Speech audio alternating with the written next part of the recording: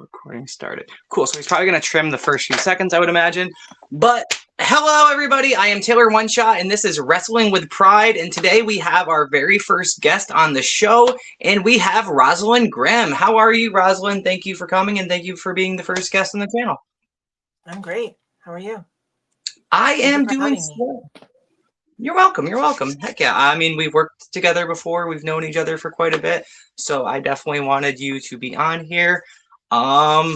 This is my first time hosting a podcast officially. So I really appreciate you being patient with me as we're kind of trying to figure everything out with this network. We're with the Friends of the Square Circle Wrestling Podcast Network, series of different podcasts that he has with Cal. We got Megan, we got Topanga, we got a bunch of different great hosts on the channel. But today is your episode. Today is your time.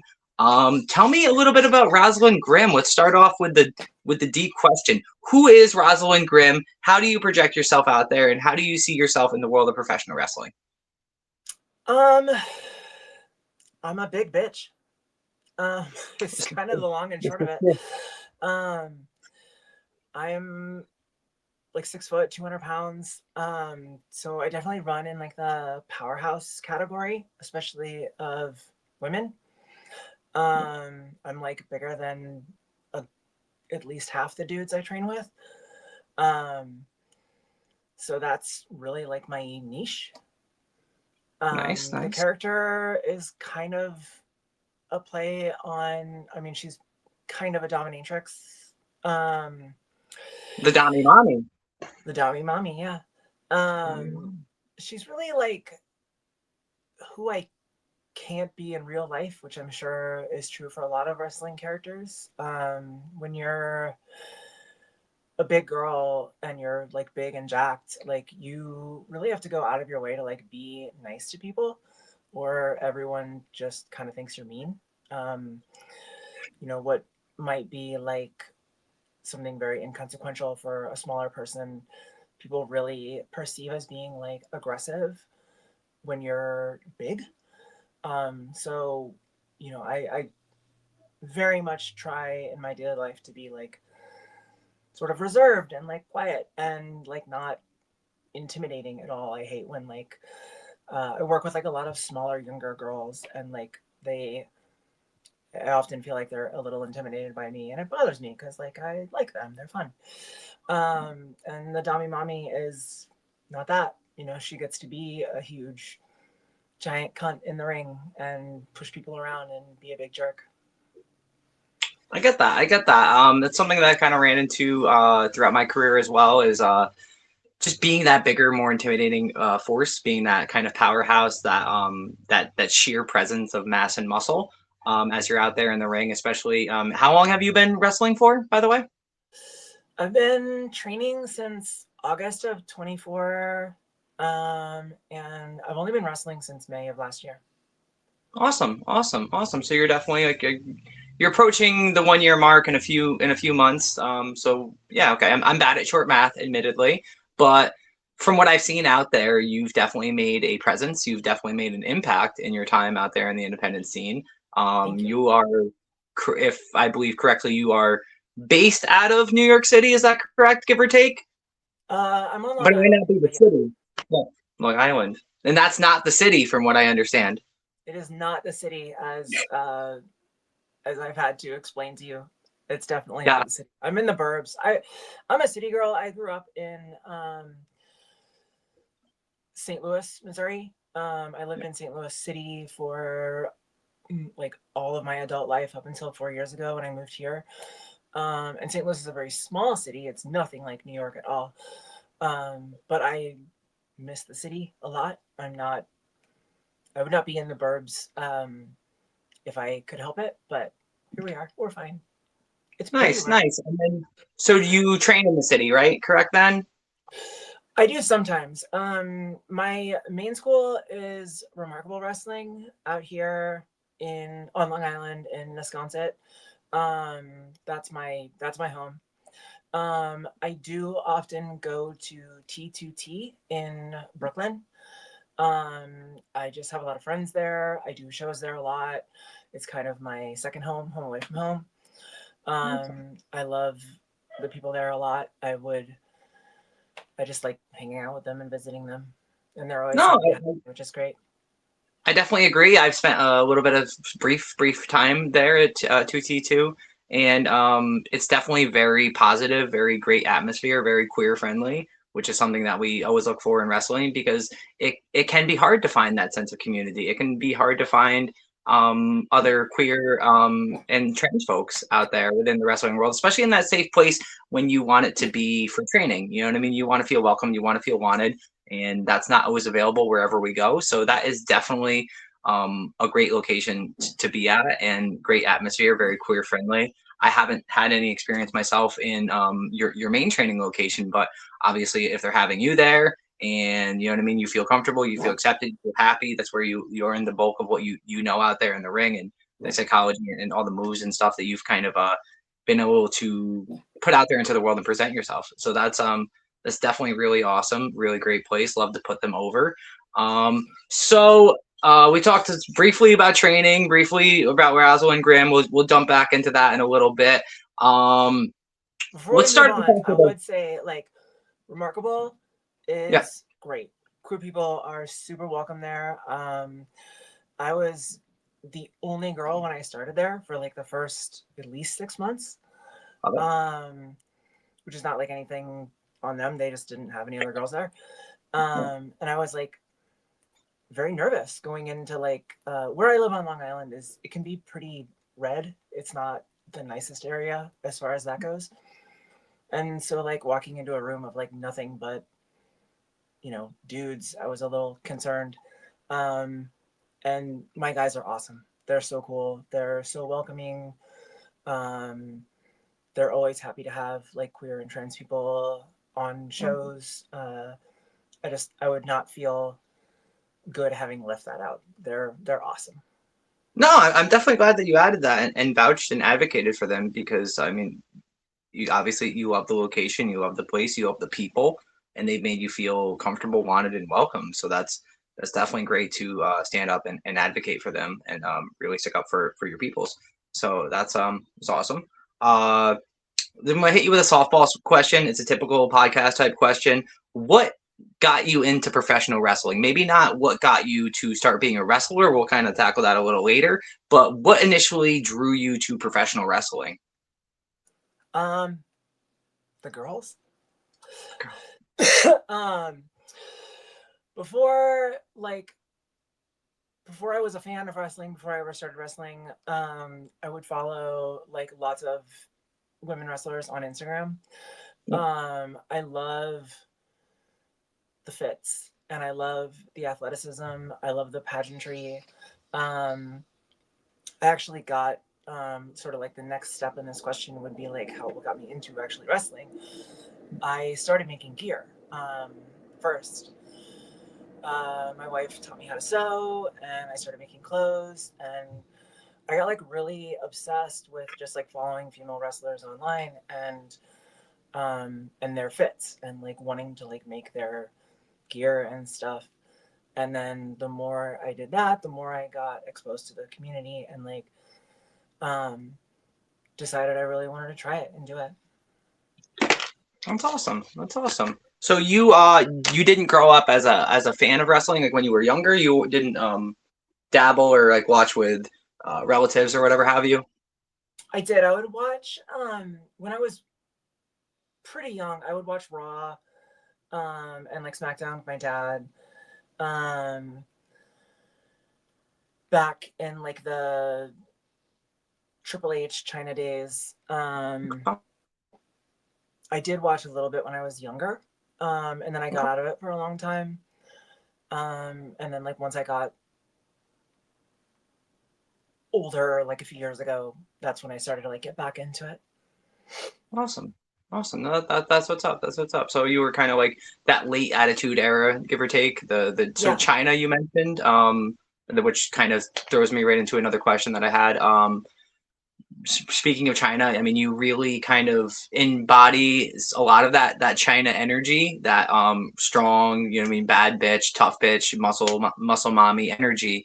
Is Thank China you. someone who inspired you to be a wrestler? Who are some people that you kind of looked up to and looked at as inspiration when you decided, hey, I'm going to do this, I can do this, I want to do this? Who are some of those people that you either looked at that got you into it and said, hey, I can do this? Or who are some of the people that you look at and you decided, I want to borrow from, emulate, or just embody the aura or energy from?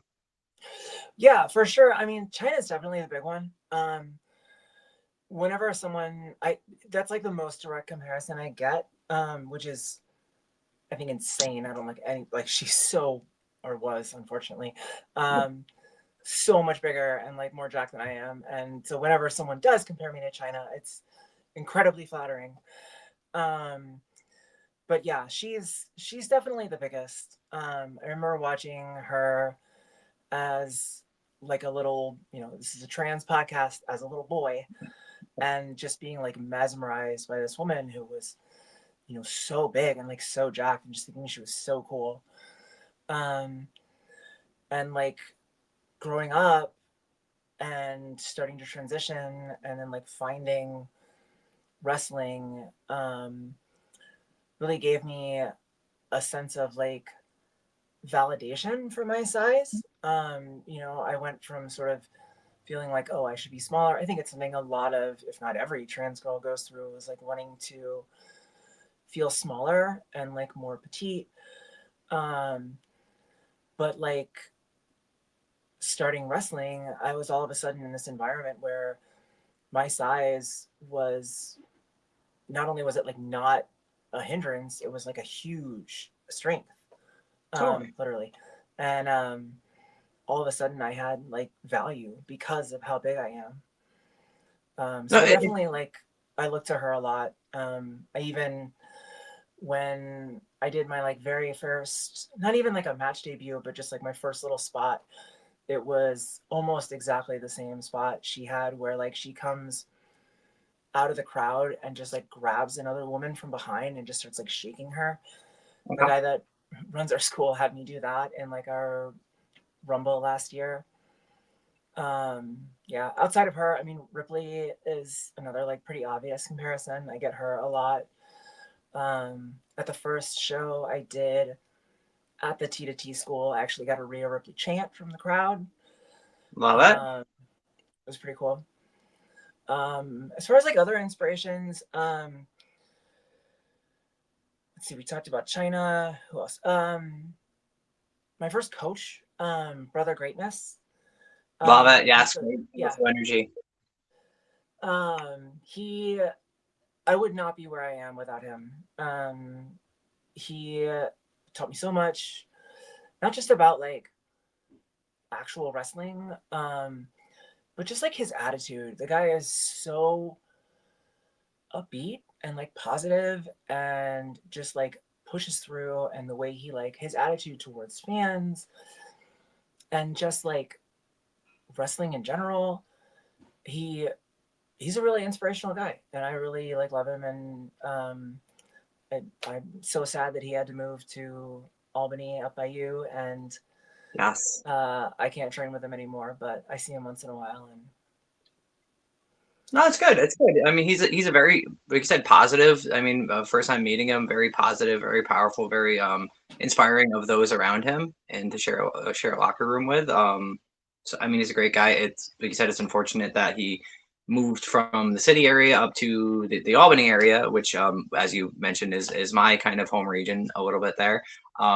Wrestling is not as dense in upstate New York, unfortunately. There's not as much opportunities, which is it is what it is, and that's a conversation for a different day. We're not here to focus on that, but no, I mean it's great that you put him over. Rhea Ripley obviously makes a lot of sense with you. You got the strength, you got the power, the kind of dami mommy powerful energy. The even within the gear that you have worn with the blacks, the purples, the dark colors, the booty straps and booty bands.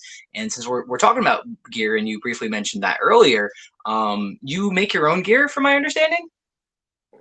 I do. I've made so yeah, like I said, I started making gear before I started wrestling.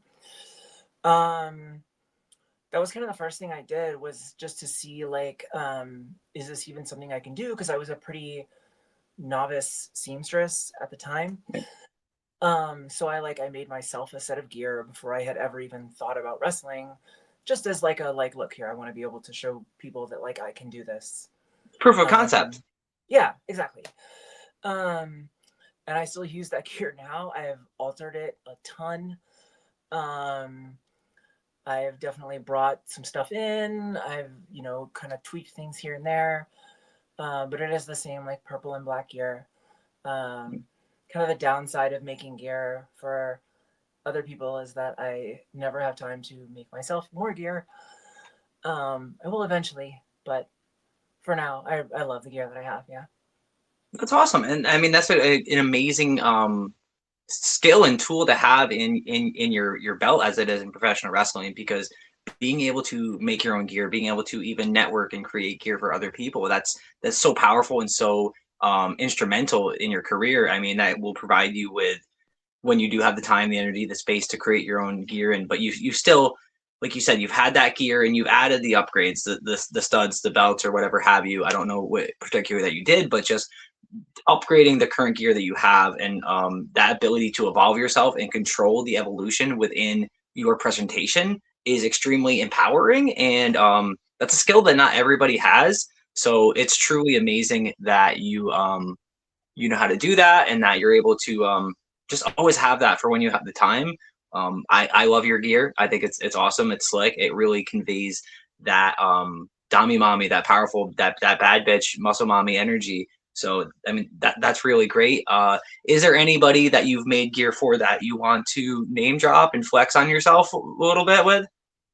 Yeah, for sure. I mean, the last set I finished for Charles Stunning, the wrestler out of T2T. I did a set for another wrestler there named Ace Diamond.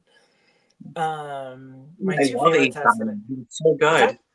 I love Ace Diamond. He was so good in that Rumble. That, oh my gosh, he's with a the character. magic. He's somebody that has his gimmick down, the magic gimmick. Yeah, he's great. Yes, it's awesome.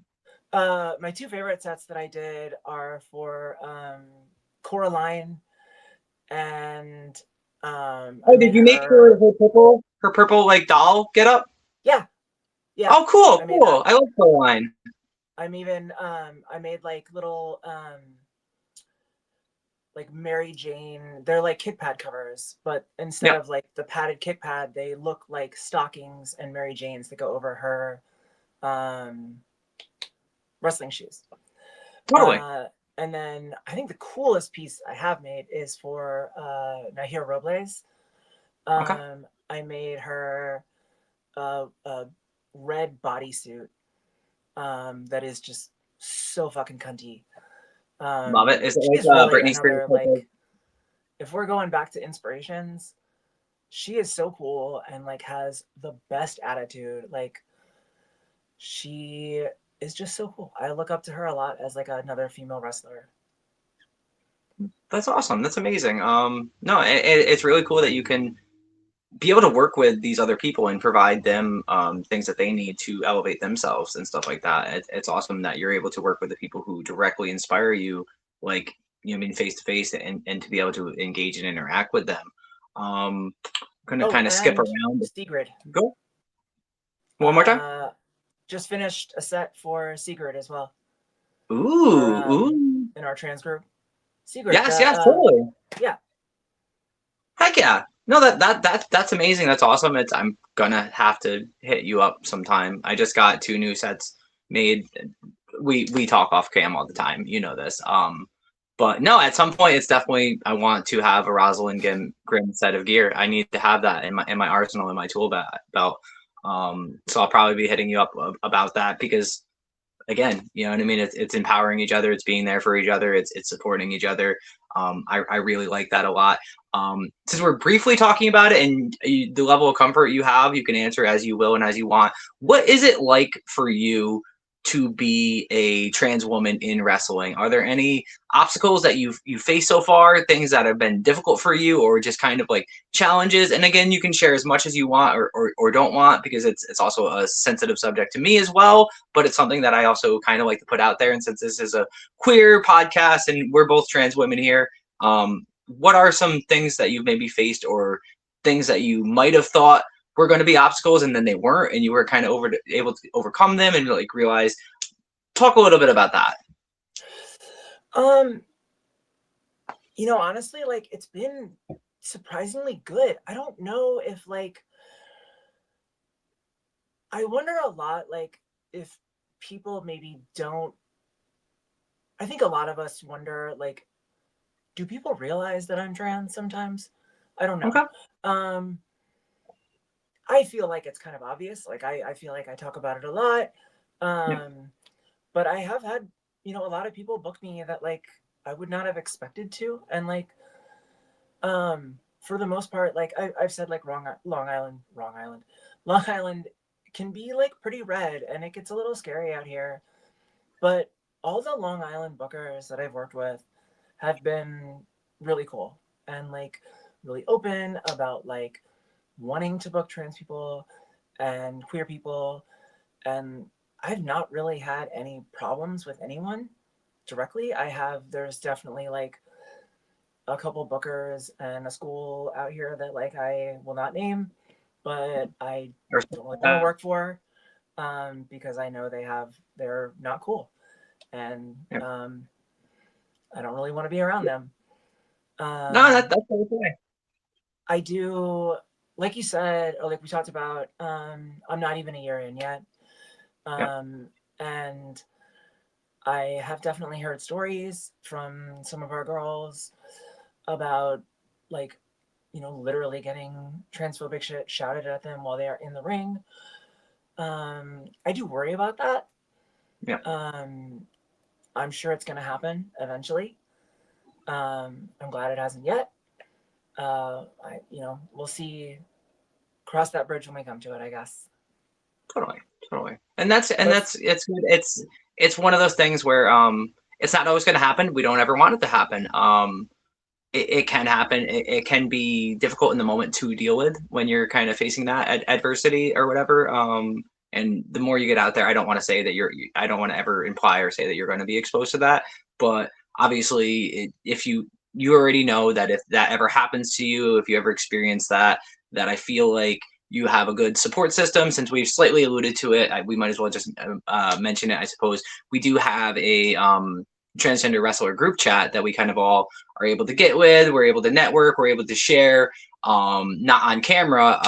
The places that we could work for, shouldn't work for. The places that are very good to us, treat us with respect. The gear makers and the resources we can go to, such as yourself, and we have the sense of sisterhood, like you said, where if somebody does experience something, we are there for each other at all times. We can lean on each other. We can use each other as resources, and I think that is a very powerful tool to have in women's wrestling, and especially for us as trans women. And I do hope that's something that you never have to experience. But obviously, if you ever do, you know that we're all there for you. We support you. We love you.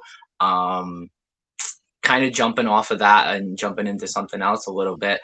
What have been some of your what you consider your big milestones in wrestling so far? What have been some of the big Rosaleen Grimm matches? Some of the big Rosaleen Grimm moments? You mentioned kind of breaking over the barrier like China, and I believe she was shaking Tori Reynolds or whatever like that, if memory serves me correct. But digressing from that, what have been some of like I said, the big moments, the big milestones? What has defined so far to you Rosaleen Grimm in the world of professional wrestling? yeah, for sure. I have, aside from just like doing my first match at Remarkable, that's probably like the biggest milestone is just getting that first match under my belt.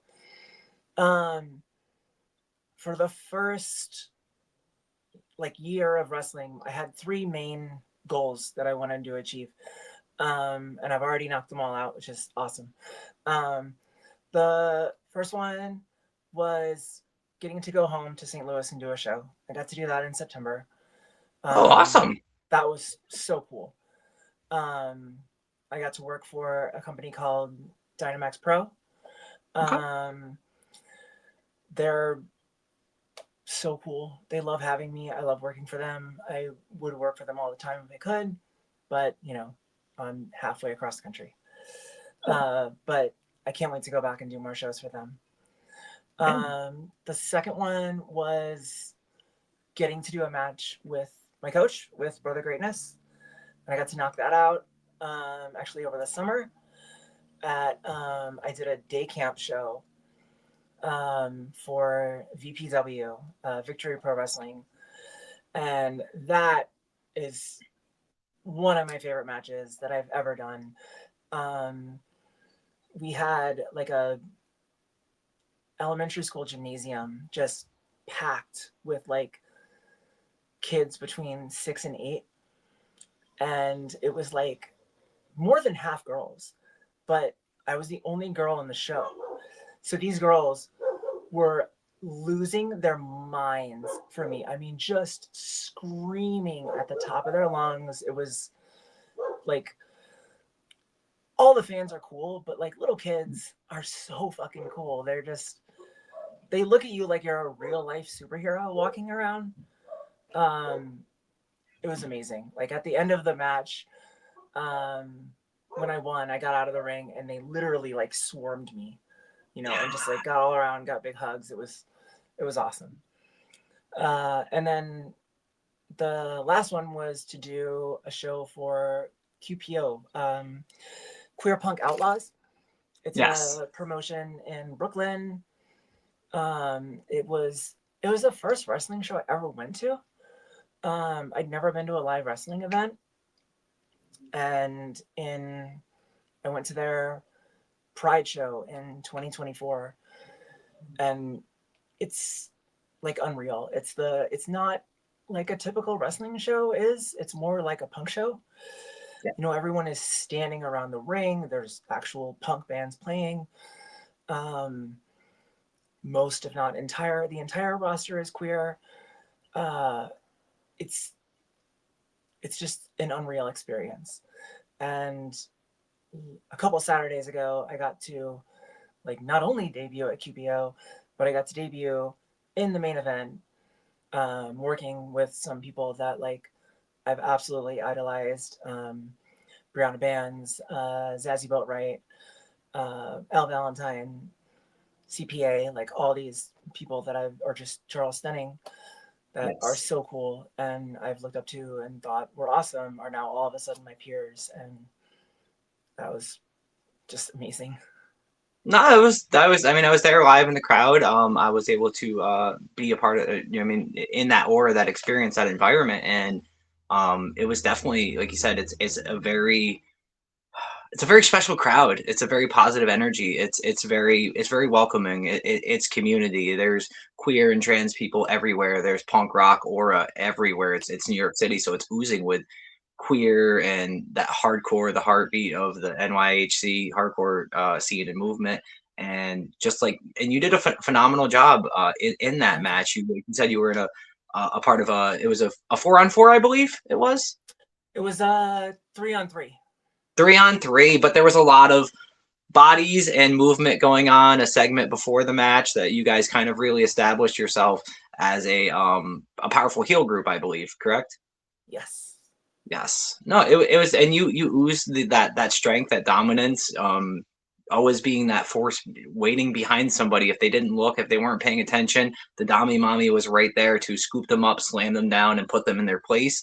And you did a very great job there. And that crowd was fire. The energy in that room was very positive and just very welcoming. It felt like home. Right, I'm very doesn't it? happy for you. Yeah, that crowd, like short of the little kids screaming, that crowd is one of the best crowds I think I could ever work for. Their crowd is just, they're so cool, and I think for the most part they're not like wrestling fans per se, you know, like they're not people that go to wrestling shows every weekend. They're just like punk kids in New York that go to this thing that happens to be wrestling, and they're not really used to seeing wrestling.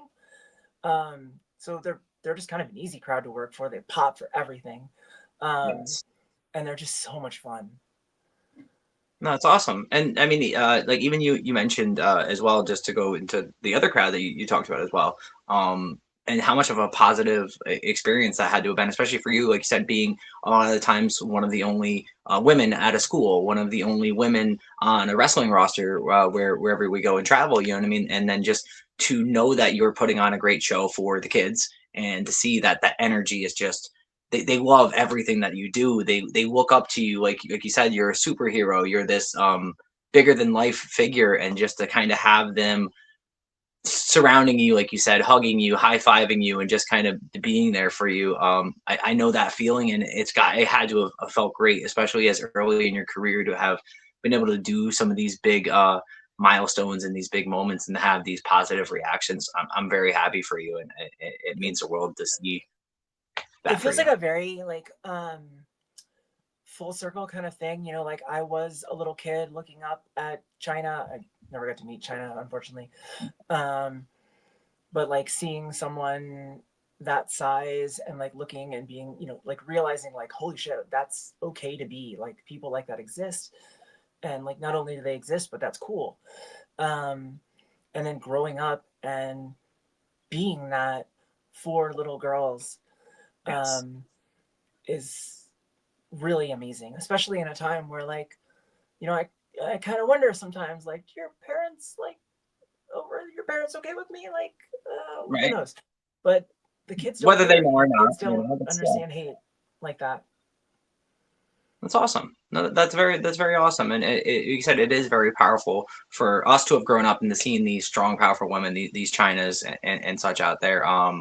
You have your Jordan Graces, your Rhea Ripleys, your Nyla Roses, and stuff. Just seeing these powerful forces out there in the greater scale of professional wrestling, whatever that means. But to know that you and we're doing that now, we're being that inspiration, you're being that positive force to inspire a whole new generation. They're getting to see, granted there's a few that came before us. You got your Nylas, your Maria Moranos, your PJ the Whip Gonzalez's, and Giselle's and Shaw's and stuff like that, but truly and really, like right now, and it's such a dangerous and potentially scary time, you get to be this hero, this inspiration, this almost first wave, or you could argue second wave of powerful, strong trans women out there in wrestling, finally getting to be that representation, finally letting kids, young adults, people our own ages, seeing us thrive and survive and seeing us succeed and excel. That has to be a great and powerful feeling. Is that something that kind of like speaks to you and brings joy to you, or Oh, for sure. Like, I when we were at Queer Punk Outlaws a couple weeks ago. The main coach at T2T was going through like the what do you call it? Like the orientation, you know, just kind of run down before the meeting, before, you know, the yeah, show, and um made it a point to like call out a few of the trans women, Brianna Bands, Judy Bruce, Nikki Winters, who were there, and like spotlighting them, saying like, you know, you are an inspiration for like uh, the people that come here, and like how many other trans women have started going to T2T because of those girls. And he threw my name in with those three women, and like I was like listening along, you know, and he went in that order, like Brianna Bands, Nikki Winters, Judy Bruce, Rosaleen Grimm, and I like perked up, like, I'm sorry, what? Why am I in there with them? It was that was a trip to realize, like, okay, these are my peers for real, and I'm doing this, and it yeah, feels really you deserve that important. feeling. It's not like activism, you know. I don't want to take away from people that like are actually like doing shit in the streets and doing like real journalism and like real activism, but like wrestling is a place, it's a space that could go either way. Like Yeah, we have the WWE that is like not always on the right side of things, and very red, that very red. sucks. And I feel like wrestling is super gay, and I really refuse to let anyone take that away from us. Totally. Because that's what they want. They want us to not be around. They want us to not exist. They don't care if we die or detransition or whatever. Like they just, as long as we're not in their faces, forcing them to deal with us. And I refuse to let that go. Like I'm not gonna give up this space to them. I deserve to be here and I want to be here, and I'm not going to cede that ground. That's awesome, and you deserve to be amongst those names. You deserve to be Thank you. seen. Where you just said it's not. You're welcome. It's not direct on the streets activism, boots on the ground, but it is boots on the ground, boots in the ring. It is representation where we haven't seen it as strongly as before, and we've seen it now more than ever. I mean, we do have that group chat, and every day we're adding new women, new wrestlers, new non-binary folks, and Such a cool trans-masculine thing. people. Every time we add someone new, they always like have that reaction of like, oh my god, there's so many of us. So many of us. I think we have almost 50 people in the group at this point, and I'm sure it's not everybody who's out there. I mean, there's some hiding under rocks that we just got to find still, or welcome them in to the space. But it is such a powerful feeling because I mean, even I came up in a few years back in a time where there wasn't as many. It wasn't as represented. It was a little scary at times, and just to see how far we've come in such a short time, and to see just how many of us are there and that we can truly lean on each other. It's such a powerful feeling, and you deserve to be in that conversation. You deserve to be a part of this wave, this generation, this sea of representation that we've never had now more than ever. I mean, it is very much one of the reasons why I mean, I seen what you were doing out there. I was like, I could see um I could see the rise. I could see that you were invested in this, that this is who you are and who you wanted to be. And that's why, I mean, I gravitated towards you. I reached out to you. Me and you got to do a little dance in the ring a month or two ago. And I really wanted to be able to platform you and put you out there because you deserve that. You deserve that opportunity, Thank you. and you And I deserve to appreciate be. you doing it. Thank you. Thank you. And I'm not in any capacity going to use this as a vehicle to put myself over. Though you know how it is in wrestling, we're all characters. But I think this is a good way to segue into another conversation about representation, about trans women, about powerful, just our queer trans aura. There is a big event coming up that we have. It's been announced roughly, but it is in March on the 28th. We have through Kappa Wrestle, we have the transgender takeover event happening in Providence, Rhode Island. Location is findable. We'll put the links everywhere, and you'll be able to see it. I'm not internet savvy with putting it on here or anything like that, but I guess we can officially announce Rosaleen Grimm will be a part of Transgender Takeover? Question mark. Not a question mark. Definitely a statement. Definitely. That's awesome. And That's awesome. So excited about it. It's going to be, I think I've used the word unreal like 9 times already, but definitely I can't wait for that. And do you know anything about your match? Do you know anything about what you might be doing in Transgender Takeover? Or maybe we can announce a little bit of that there if you don't know. Yes, we will. Me and my wonderful partner, Brittany Blair, will be facing off and beating the absolute piss out of Nikki Winters and Brianna Bands. Ooh, I love that. I love tag that. team action. Yeah, a little sugar and spice there. You're kind of like that big, intimidating force. And for those who are as unfamiliar with Brittany Blair, she is, like as you said, a tag team partner of yours, someone that you have trained with, I'd imagine, and have a decent level of experience with. I know the two of you have traveled together and stuff like that, and you guys are friends who help provide opportunities for each other, which is amazing in this industry. And I mean, I look forward to having you two. She is cunty is as they come. She is a I don't want to spoil it out there. But it's gonna be. I think it's gonna be amazing. I think it's gonna be a great matchup. Obviously, you have that kinetic energy with Brittany, but you also have already kind of established a little bit of a back and forth with Brianna Bands as well, like you said earlier at the last show in Brooklyn a few weeks back. So maybe it's her chance to get some revenge, and she's going to be able to bring Nikki Winters, another amazing wrestler, and they're both based. All three of them are based out of that New York City area, correct? Yep. Give or take. T2T. Yes, that's awesome. So I look forward to that, and I really think that you guys are going to be able to put on a hell of a show. I think you guys are going to. I think it might be the only tag match that we have on the event, and it's an opportunity for the four of you to really square off to kind of highlight your skills, showcase yourself, and I'm looking forward to it. I'm hell of excited about it, and I'm just super proud. And it means the world to me that you're all wanting to participate in this, that we're all willing to travel and be there, and that we kind of get that family environment. And It I don't means know. a lot to us that you're making the space for us to do it. Like, it's so cool. Oh yeah. Hell yeah. Outside of Trans Takeover on the 28th of March, what are some other big events? Where are some places that we can see your face, and where, like, what are you excited on? What's on Rosaleen Grimm's schedule as of right now? Yes, I have definitely 2 more shows to talk about. 2 more all women's shows, which I'm super excited about. That was probably like my next big goal is to do just like an all women's show, and I have 2 Oh, this is coming your up. okay, okay. Go on. So I The have floor. Romp. I really hope I'm pronouncing this correctly. Romp Corazones. My Okay. Spanish. I can't do Spanish. French and German. Spanish is. I'm sorry, Nahir. It's Nahir Robles. In Nutley, New Jersey, on February 28th. Yeah.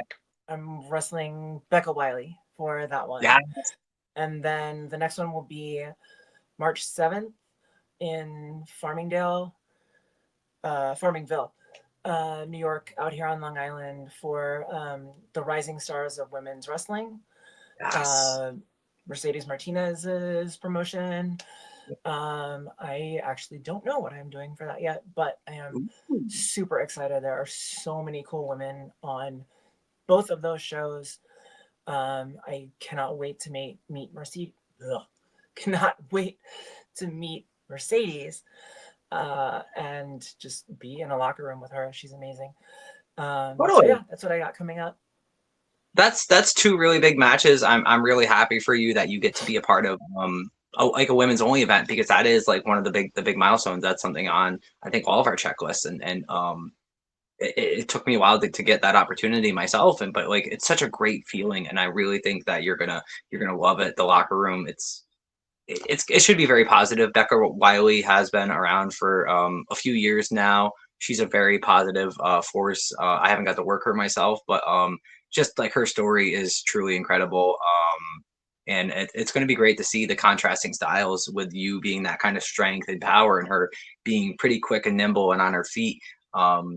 You said that you don't know who you're going up against at the Rising Women's Wrestling, but just looking at that card and seeing what Mercedes has been able to bring up to the plate. I mean, you have Abaddon on the show, you have yourself on the show, you have just so many big, and what do they have? Indy Hartwell, I believe is on that too.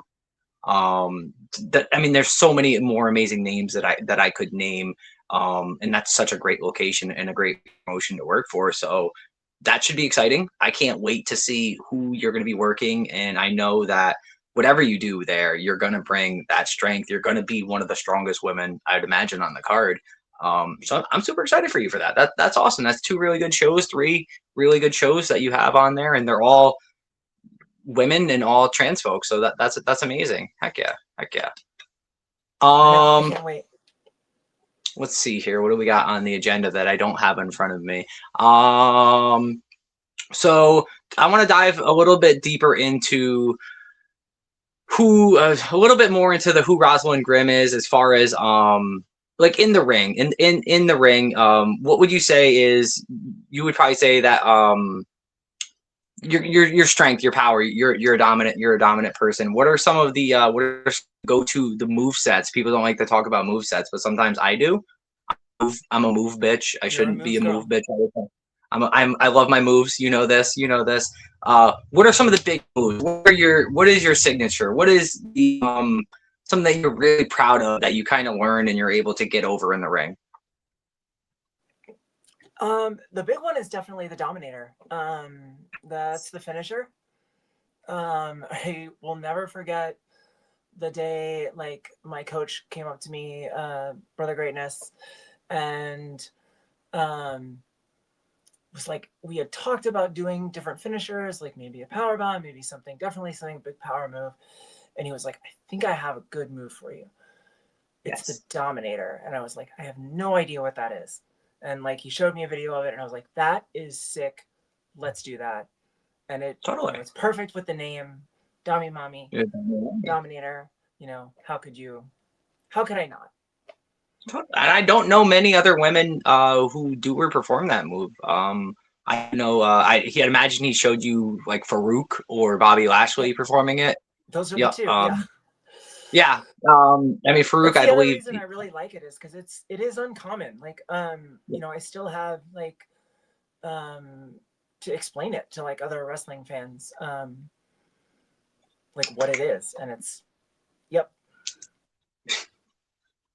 No, it's awesome. Uh, It's strength, it's power. It takes a lot to be able to have that control, to be able to get that lift, and then be able to hold them up for a second and just kind of slam the ever loving piss out of them. And it's definitely it fits your character. It fits who you are. it's It so fits the Dami Mom. satisfying. Yes. And it knocks you down hard. I've been hit with it once. I don't remember by who. It can take the wind out of you, so I can definitely see that as a finisher. What's some other? Do you have any other go tos? Do you have a signature move? I don't know that I have like a signature. I have stuff. Like I said, I'm still new. I'm still working on a lot Yep. of different stuff. I love a power bomb. I do really love a power bomb. There is something so satisfying about like just getting somebody up. It's a very similar move to the Dominator, and then dropping them down. Um, love a good choke slam. I had originally like thought about that as my finisher. I remember, you know, just like seeing, was it Kane, right? Did that when I was a little kid and just being like fucking terrified. Yes. Um, I love the one that is like really that I'm like hyper focused on right now is the military press. Ooh. I can do it with someone that is not real big. I'm getting there. There's a lot of technique to it. It helps to have like a strength background with actually competing in weightlifting, doing like snatch, clean, and jerk. Um, but yeah, that's the one that I like really am like hyper focused on that I want to be able to really get down a lot. I love I believe watching you hit China, that. Was that something that you did to Nikki Winters? Correct at Brianna. the post? Oh, Brianna Bands. I'm sorry. Yeah, I'm and sorry. exactly the way China would do it too. She would get somebody up, and then she would just like take a step forward and drop them behind her, and just stand there. And It was very imposing. It was scary. I was very thankful that you didn't do that to me, because yeah, I didn't want that. I didn't want that for me. But you did a great job. It looked great. It looked impressive. It definitely requires a lot of strength, control, and power. You mentioned having a background in powerlifting and weightlifting in competition. I believe you said as well. yeah, Do I you want to competed talk in a little both. bit about that? Yeah, I competed in weightlifting and powerlifting. Um, I was never really good at either. You know, strength is super relative. Like I'm way stronger than any of the girls I work with a few exceptions. I'm stronger than like most of the guys I work with. Um, maybe not most, but like a good portion of the guys I work with. But if you drop me in a powerlifting or a weightlifting gym, I am the weakest person in there by a lot. Um, so I was never really particularly good at it, but it has definitely given me a background that is not unique, but it's not common for wrestling. I mean, maybe it's different if I was a guy. I'm sure there's a lot of dudes that you know are there are plenty of dudes that are bigger, like powerlifting style dudes.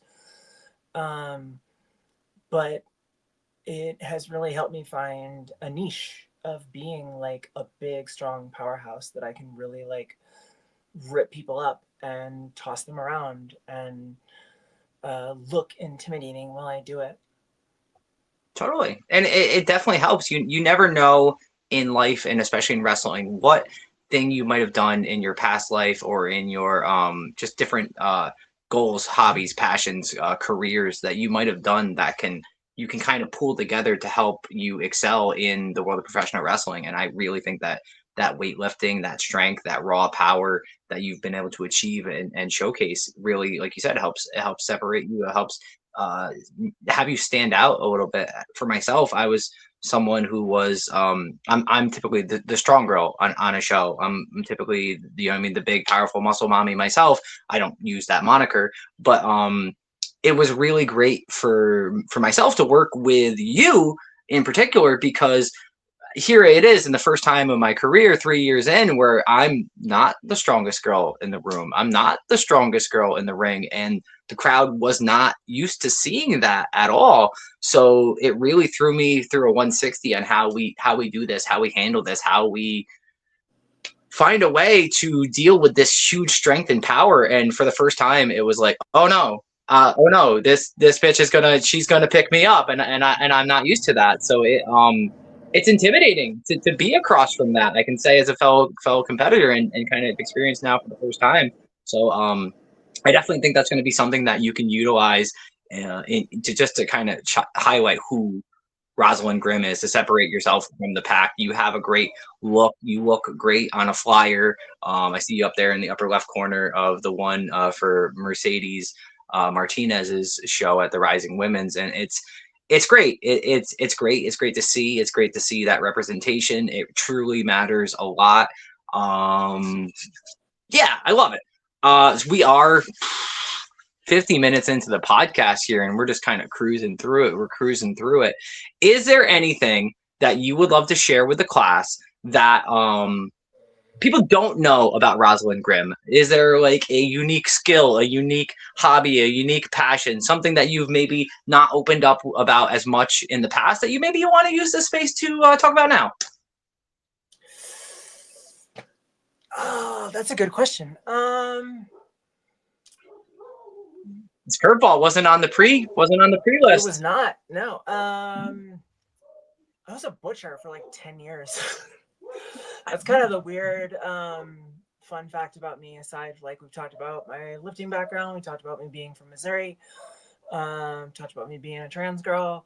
I guess like kind of the one thing that's left is I was a butcher for a little over 10 years. Worked at a couple of different Whole Foods for a long time, and a little butcher shop in St. Louis called Bulliard's Meat and Provisions. I had to stop after I got my second tear in. I have tears in both shoulders now. It's really amazing when you start doing wrestling because your body's too beat up to do other stuff. That's where I'm at. Wrestling was the chill thing that I went to after. Isn't that ironic? And weightlifting. Nice. Are you gonna do we ever have to be fearful or afraid that you might bring butchery into the world of wrestling? No. I like it was talked about. Okay. It was suggested that I do more of a butcher gimmick, but dominatrix gear is a lot sexier and more fun than trying to walk into the ring in a butcher coat and apron with like fake blood all over it. Respect. Well, you might be able to at some point. I'm not, whatever. I mean, you might be able to find a way at some point, maybe a cool promo or something like that, where you can kind of show that blood, show that. I see you cutting meat and cutting bitches down, and just being. I see me on the other side of that being afraid, like, oh no, is she gonna cut out my spine? Is she gonna come out with blood? That's a good skill, and it's something that if you ever felt like you wanted to, you totally could. That's cool. That's different. I haven't met many butchers, especially in wrestling. But no, I think you're right too. The dominatrix is a good solid fit for who you are, and there's a lot of those kind of career gimmicks out there. And I think what you're doing is a great fit, and I think that the work and where you are now in such a short time is proof of that. Is proof of that concept that you're doing a great job. You're on a great path. You're on a great trajectory. I'm very excited about you. I'm very happy and proud to have you as a sister in the ring and a sister of the squared circle here. It means a lot. It's one of the reasons why I wanted to reach out to you as the first guest for me hosting Wrestling with Pryde. we're getting close to that hour mark now, and I've ran out of things to talk about or ask about. Is there anything else that you would like to share about us, or where are places and locations that we can find you? How can we support you? How can we follow your wrestling? How can we keep up to date with where you're going to be? Maybe merchandise. Share with us. Share with the class. I'm working on merchandise. Okay. I got somebody working on some designs now that I will hopefully have for my upcoming shows. It's time to get on that. All my social media is super simple. It's just at Rosaleen Grimm, 2 E's there, 2 M's. For like Facebook and Instagram are the big ones. I have a Blue Sky that I don't use too much. I should. There's a lot of trans girls on Blue Sky. Outside of that, like that's the easiest way to find me and follow me. Outside of that, go buy Girl Scout cookies from a trans girl. Free ad for the Girl Scouts. They support trans girls, and you can go to, there's a journalist named Erin. You go to Erin in the Morning, ERIN in the morning.com. Yeah. She has a list of, like, you can just go down and click on a girl's name and it'll take you to where you can buy Girl Scout cookies from a trans or non-binary person. I love that. Girl Scouts, and you should do that. I agree. I support that. Do you have maybe a YouTube, a TikTok? Is there a place where we can watch your matches? If not, you need to get on that. There are matches up on my YouTube. It's just same thing as Instagram and Facebook at Rosaleen Grimm. Awesome. Or I guess Awesome. youtube.com/Rosaleen Grimm. Totally. And I imagine if you Google search or YouTube search Rosaleen Grimm versus Rosaleen Grimm versus, you're going to find a handful of matches. You might even see this happening somewhere. Who knows? Hopefully. No, I want to thank you for your time. I want to thank you for bearing with me through the kinks and the little learning curves here that we kind of went through in the pre-program. And I want to thank you for, again, dedicating your time, being the first guest, being a good friend, being a good sister, and just being an amazing representation. I can't truly thank you enough.